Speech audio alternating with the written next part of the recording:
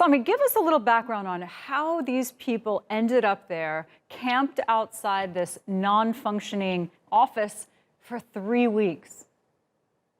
It's important to remember that when people are willing to gamble their lives in order to make impossible journeys from their countries within Central Africa or the like, whether it's from Sudan, whether it's from the Gambia or from other areas, they are fleeing poverty, they are fleeing lack of opportunity, they are fleeing essentially a mode of life or a standard of living that none of us would accept for ourselves. And they make this trek, they spend their life savings in order to get there in the hope of boarding a boat from Libya and to enter the European Union in order to try to start a new life. However, since Libya descended into a civil war, there have been roaming militias who have taken advantage of these migrants, taking their money, taking their savings without offering that access to the boat to enter Europe. And the more darker dynamic is this insistence on the part of some European countries, notably France and Italy, to tell the Libyans and their militias to ensure that these migrants do not come to Europe and to use any means necessary to do so. And this is the dilemma, in that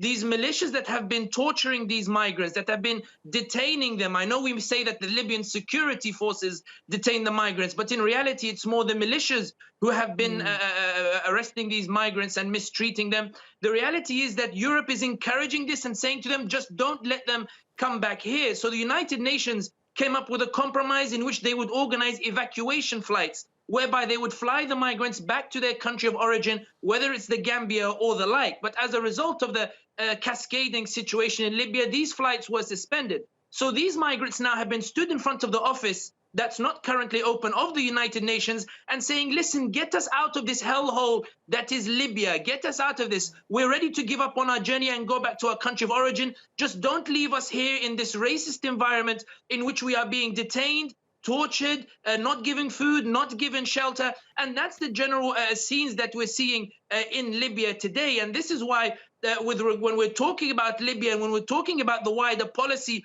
towards Libya today, when we look at it only from a security and terrorism perspective, as opposed to a state building and rights and justice perspective, this is the result. You encourage actors and political actors in Libya to try to get close to Europe by cracking down on these migrants in some of the most brutal ways possible.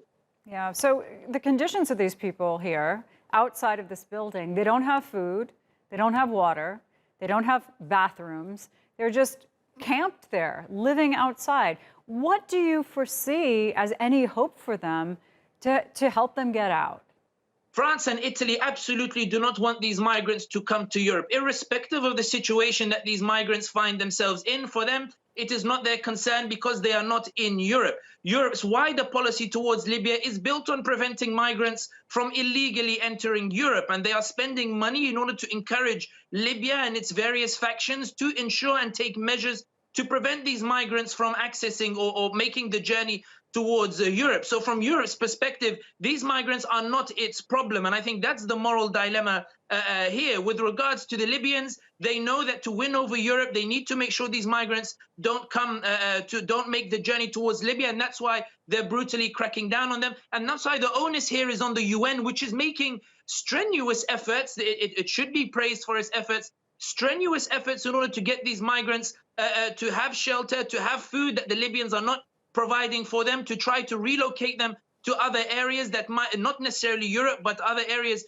in order to give these people their rights and their dignity. But when you speak to these migrants, it's abundantly clear that, one, they believe they are being mistreated because they are black, because there is a racist environment taking place, and two, that they are undesirables, and three, that nobody cares. And this is why it's good that there is media coverage now. Migrants are saying, please talk about us, talk about our plight, standing in front of the UN office. However, the reality is that the UN can only operate within an environment that is conducive, and the environment in Libya is not conducive. Smugglers are ready to take advantage of these migrants, offering false promises of journey to Europe in exchange for $1,200 or $1,500, which may not sound like much to the viewer in Europe, but it's the life savings of those who have made this impossible journey. And I think that what we're seeing in front of the UN office in Libya is a condemnation and an indictment on the international community that prioritizes security and stability using the legal terms that the EU uses in its language with Libya and that Libya uses chooses to win over the EU, that in the spirit of stability and security, we have denied the very dignity, freedom, and rights of these migrants who are only trying to pursue a better way of life and fleeing countries that, if we're talking brutally, honestly, are countries that have been destroyed or rather have lost their economic potential as a result of the intervention of European countries that are trying to prevent these migrants from entering Europe. So it's a dark tragedy that we're seeing unfolding before us. And as your question alludes to, and I finish on this point, as your question alludes to, the absence of any clear strategy to tackle this situation just shows how much of a lack of priority it's considered between the actors that have the power to actually make a change and do something about it. Yep, Sami, you put this into very real terms, and for that, we appreciate it. Thank you.